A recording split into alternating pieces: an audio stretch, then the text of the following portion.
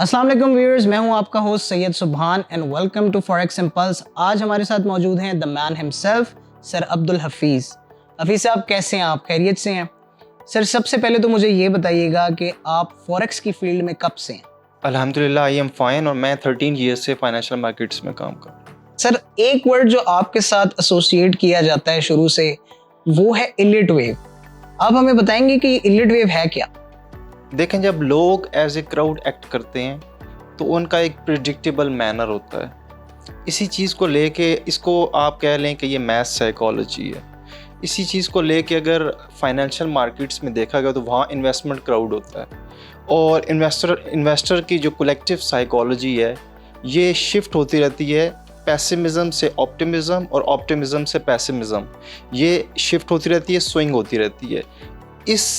ये जो बिहेवियर है इसकी वजह से जो मार्केट्स हैं उनके अंदर कुछ स्पेसिफिक मेजरेबल पैटर्न एस्टेब्लिश होते हैं, ठीक है। और वो पैटर्न्स बार बार रिपीट होते रहते हैं और उनका एम्पलीट्यूड वेरी कर सकता है। ये जो पैटर्न्स हैं, एलियट वेव बेसिकली इन पैटर्न्स को डिसाइफर करती है और इन पैटर्न्स को स्ट्रक्चर करती है, इनका फ्रेमवर्क एस्टेब्लिश करती है।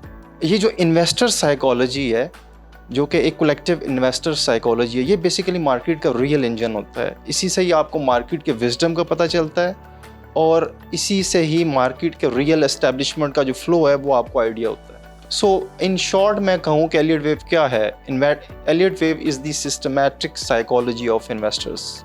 सर ये बताइएगा कि इलिट वेव को सीखने का सफ़र आपका कैसे शुरू हुआ? क्योंकि बहुत से लोग जानना चाहेंगे कि क्या आपने कोई पेड कोर्स किया, आपके कोई टीचर मेंटोर रहे, और आपको किस तरह से इसमें कामयाबी मिली?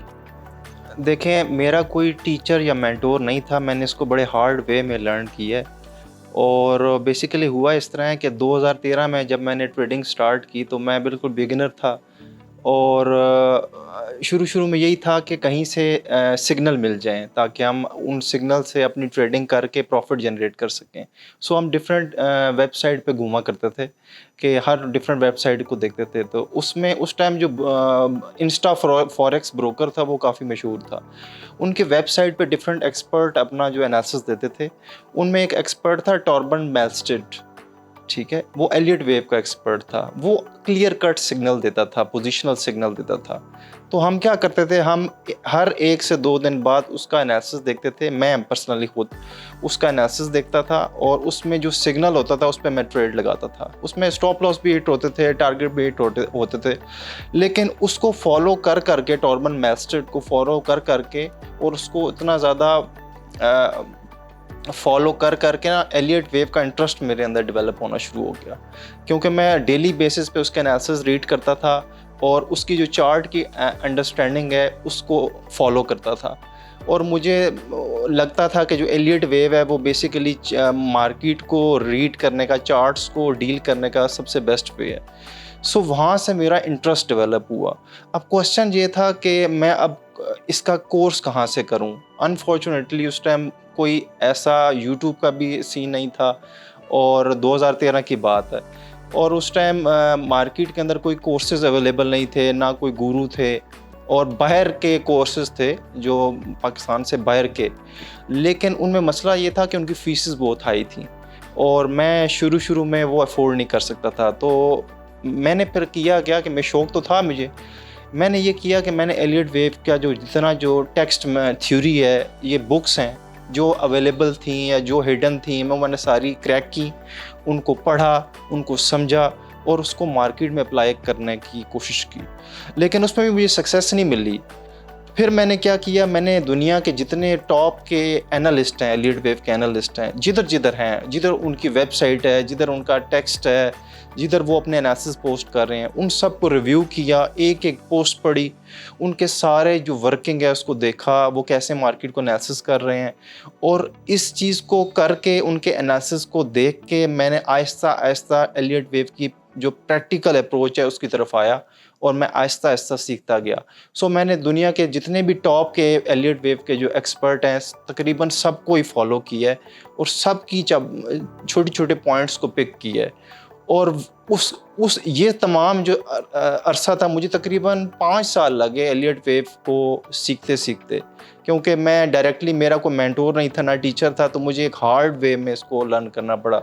और ये जो सारी जो मेरा जो स्ट्रगल थी, ये मेरी सेल्फ लर्निंग आप कह सकते हैं। सो इसमें एक कोई स्पेसिफिक जगह नहीं है, मैंने हर जगह से जहाँ से मुझे एलियट वेव का चीज़ें मिली, मैंने वो सारी गैदर की और इसको एक प्रैक्टिकल शेप में मैंने इसको इस्टेब्लिश किया। और सर ये जो एलियट वेव सीखने का, एक्सप्लोर करने का जो सारा सिलसिला रहा, इसके अंदर कितने अरसे में आप एक प्रॉफिटेबल ट्रेडर बने? देखें, हुआ इस तरह है कि एक तो मुझे इस एलियट वेव मेथड को सीखते सीखते 5 साल लग गए, क्योंकि मैंने इसको बड़े हार्ड वे में लर्न किया और प्रैक्टिकली इसको मैंने इम्प्लीमेंट करके इसको मैंने मतलब इसका जो अंडरस्टैंडिंग है इसको डेवलप किया है। उसमें हुआ इस तरह कि जैसे जैसे मैं एलियट वेव को एक्सप्लोर करता गया, तो मेरी जो चार्ट रीडिंग स्किल्स है, जो चार्ट की हैंडलिंग है और जो मेरे एनालिसिस हैं, वो इम्प्रूव हुए। लेकिन मेरी जो ट्रेडिंग थी उसके रिजल्ट्स इनकंसिस्टेंट थे। मतलब मैं कुछ मार्केट के फेजेस में प्रॉफिटेबल था, जैसे मैं मार्केट की ट्रेंडिंग फेज में प्रॉफिटेबल था, लेकिन जैसे ही मार्केट कंसोलिडेशन फेज में जाती थी मैं स्ट्रगल करता था। सो आप कह लें कि मैं अच्छा एनालिस्ट बन गया, लेकिन ट्रेडिंग साइड मेरी थोड़ी सी मतलब इनकंसिस्टेंट थी। सो ये मेरे लिए चैलेंज था और इस चैलेंज के ऊपर मैंने काम किया और इसमें मुझे तकरीबन 5 साल लगे। उसके बाद मैंने कुछ अपनी स्ट्रेटजीज डेवलप की और उससे मुझे थोड़ी थोड़ी प्रॉफिटेबिलिटी मेरी वापस आई और मुझे कंसिस्टेंट रिजल्ट्स जो है ना तब मिलना शुरू हुए। सो एलियट वेव का यही मसला है कि हर बंदा एलियट वेव सीख के वो एनालिसिस की साइड पे चला जाता है और उसकी ट्रेडेबल अप्रोच से वो बाहर आ जाता है। सो एलियट वेव में जो उसकी जो ट्रेडेबल अप्रोच है वो डिफरेंट है।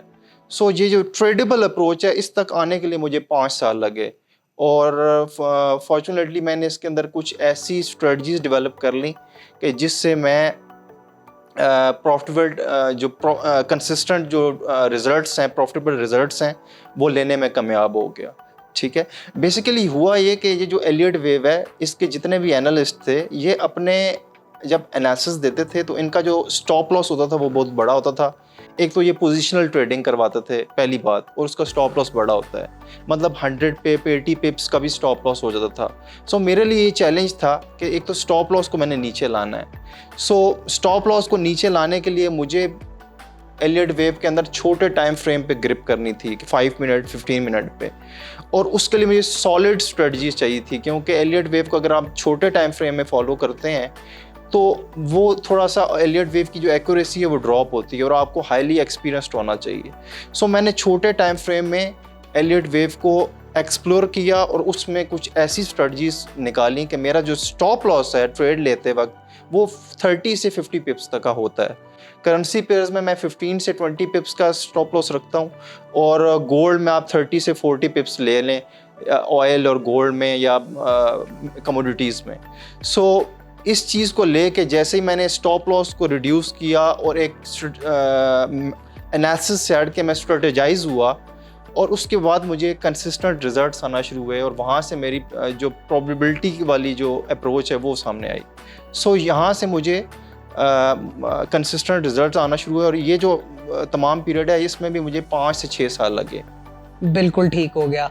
तो माशाल्लाह से सर, इस 13 साल की लर्निंग और रिसर्च इस एक मेथड के ऊपर होने के बाद आपने ड्यूरिंग दिस प्रोसेस अपनी वही टेक्स्ट बुक अप्रोच रखी या इसके अंदर कोई चेंजेस मॉडिफिकेशन भी की?